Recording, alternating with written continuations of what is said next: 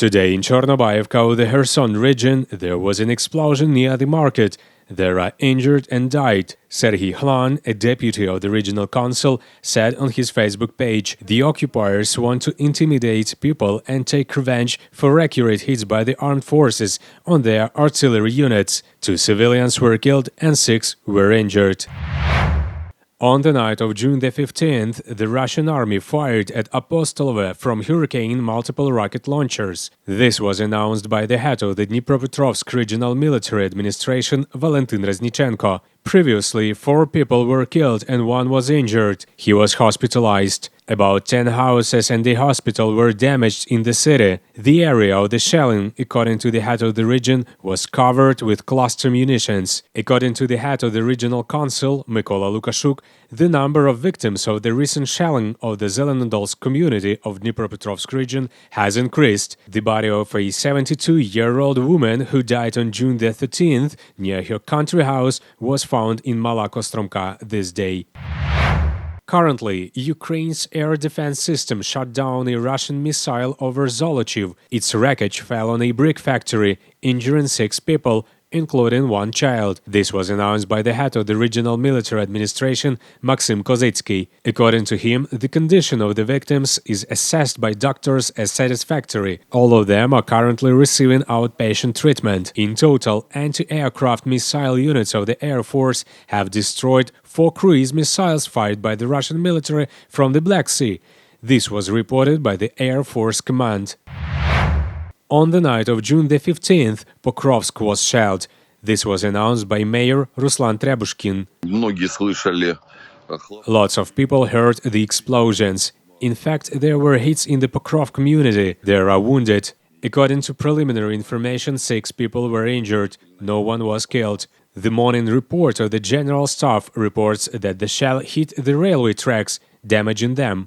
1 car with humanitarian aid was destroyed. Damage to the window and roof of one of the private houses was revealed.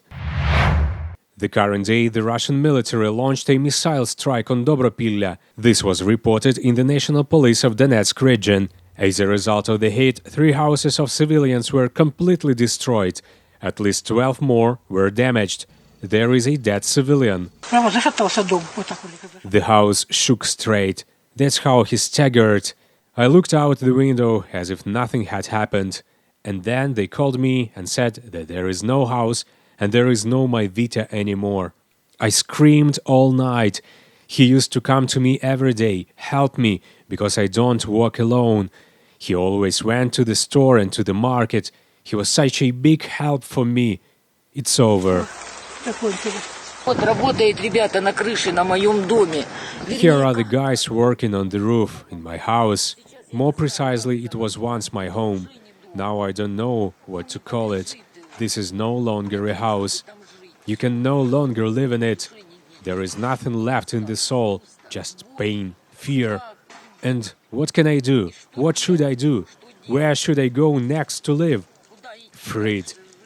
When will our guys expel them? How long will it all last? Police documented consequences of the attack and also helped rescuers dismantle the debris. Explosives technicians worked at that place and found the wreckage of an air-to-ground missile. Criminal proceedings have been instituted under the article of violation of the laws and customs of war. Serhiy Gaidai, the head of the Luhansk Regional Military Administration, said that fighting was continuing in Severodonetsk, Toshkivka, Vrubivka and Lysychansk. This day, 8 civilians were injured. The Russian army fired on buildings near the Donsoda plant in Lysychansk. Also in Sklozavod district was fired. At least 8 damaged houses are known. Another 14 residential buildings were damaged or destroyed in Hirske. There are also destructions in Nirkovo, Mykolaiivka, Viktorivka. In Severodonetsk, the enemy fired again at the Azot plant, damaging the company's checkpoint. Gaidai said that the Russians were shelling the area with mortars, artillery and multiple rocket launchers. Last night, journalists of Suspilne, Christina Gavriluk and Taras Ibrahimov, and their colleagues came under fire from the Russian military in the center of Lysychansk, Luhansk region. They were evacuated by Ukrainian defenders. According to journalists, none of them were injured. According to the Ukrainian military, Russian army soldiers fire on Lysychansk almost every day. Due to the significant superiority of the enemy in artillery, whole areas of the city came under fire. About 15,000 civilians remain in such conditions. Currently, another 52 civilians from Lysychansk and Privilya have agreed to move to safer regions of Ukraine. This was announced by the head of the Luhansk Regional Military Administration, Serhiy Haidai. However, according to him, it is getting harder every day to get to the almost destroyed Privilya. Despite this, volunteers, police and rescuers continue to evacuate residents of the region. I left because the windows and the door and the fence and the house were bombed. Everything. Where should I live in Privilya now? There is no place to live. I decided to leave. I will go to my sister in Poltava region, in Novi Sanjare. I have nowhere else to go. I woke up on the 8th, opened my eyes, looked out the window, and it started to rumble. I had a shrapnel wound. It hit me in the liver. I had terrible colic and suffered for 4 days. There was nothing that they could do.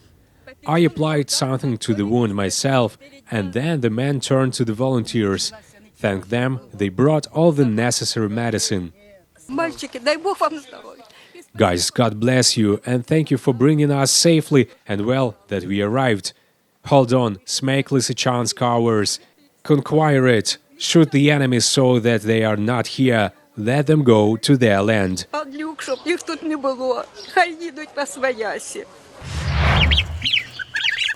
Ducks, geese, turkeys, chickens. Such a farm was started in Mala Smilyanka by Albina Osatyuk, a resident of Pokrovsk in the Donetsk region. She and her family moved to Cherkasy region 2 months ago. Until then, all her life she lived in a flat. The Pokrovsky family was the last of the 60,000 people to leave. In 2 days, the villagers found housing for the Osatyuk family.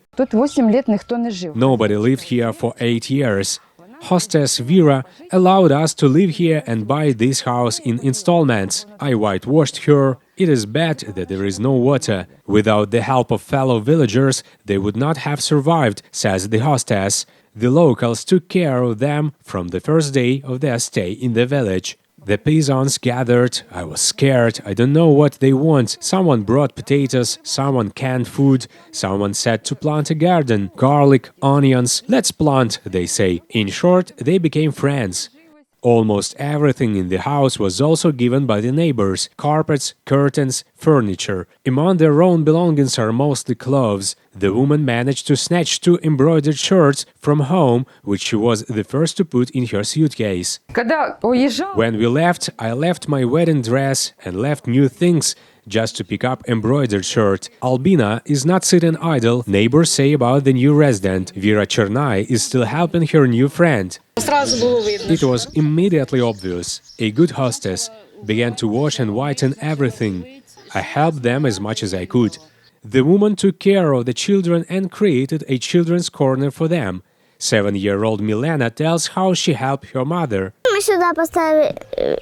We put a rug there, here is this mattress, then another, also toys and blocks. Milena occasionally remembers her grandparents, whom she longs for, says her mother. After the war, they will go to visit their relatives, and they do not plan to return forever.